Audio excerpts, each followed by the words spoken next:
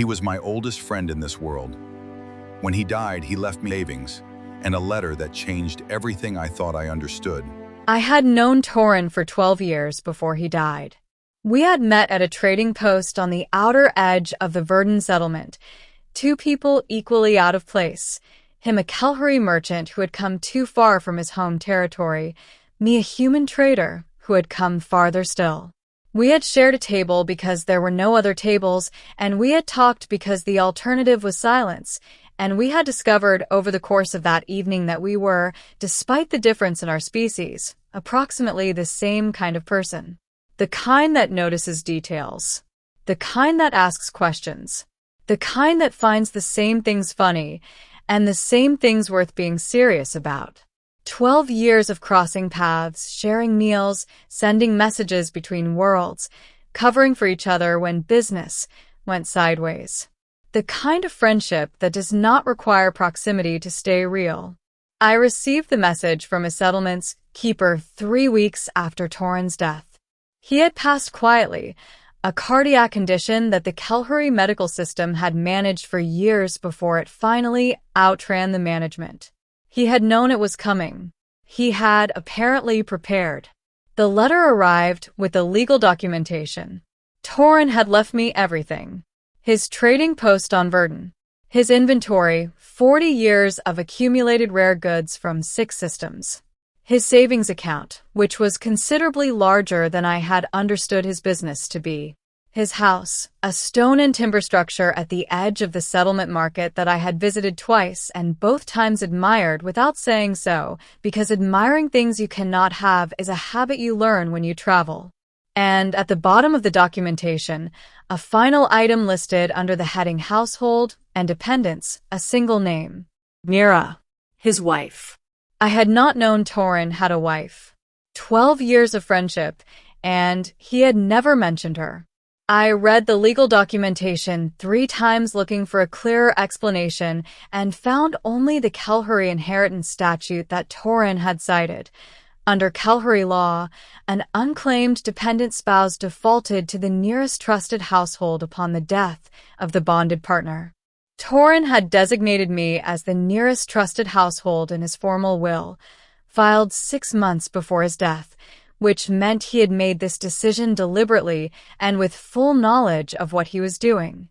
I took the supply run to Verdun 4 days later.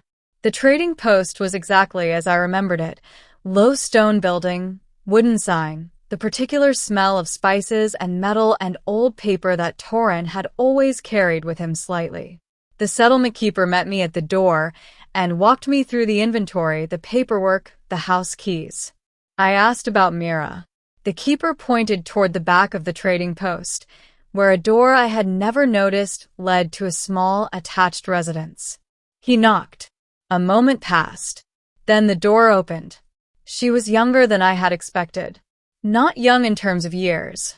I learned later that Kelhari aged differently than humans, but young in the particular quality of her face, which was open and unguarded in the way of someone who had never learned to close it.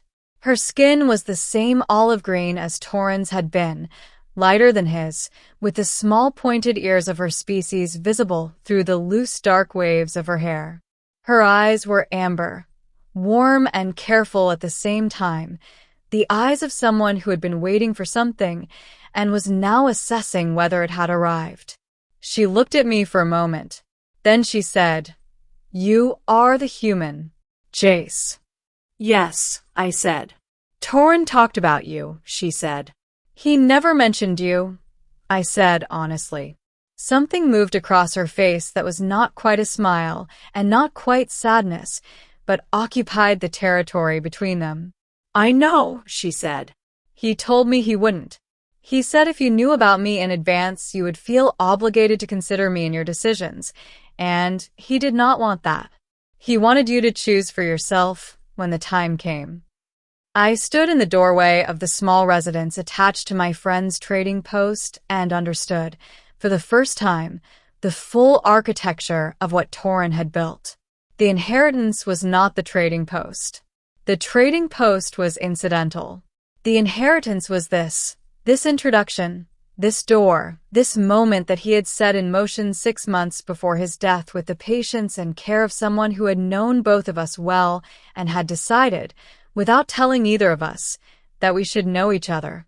He arranged this, I said. He arranged everything, Mira said.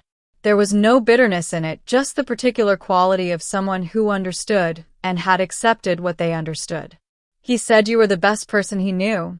He also said you were very bad at letting people into your life without being pushed. She looked at me steadily. He pushed.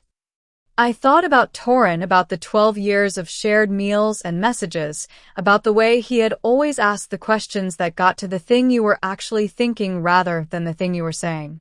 About the fact that in 12 years he had never once mentioned the woman who was apparently the center of his home. About the fact that he had spent 6 months setting this up before he died. What do you want? I asked her. From this. From me. What did he tell you to expect? She considered this for a moment with those amber eyes. He told me to expect someone who would ask that question, she said. And he told me to tell that person, nothing. I want nothing from you that you do not choose to give. She paused. He also told me that you would probably invite me to dinner within the first hour, because you feed people when you do not know what else to do. I looked at her, then at the trading post around us, the inventory, the spices, the old wood and stone of a place that had been someone's whole life. There's a meal house at the edge of the market, I said. The smile arrived fully then, warm and unhurried, the kind that had clearly been practiced over a lifetime of choosing when to give it.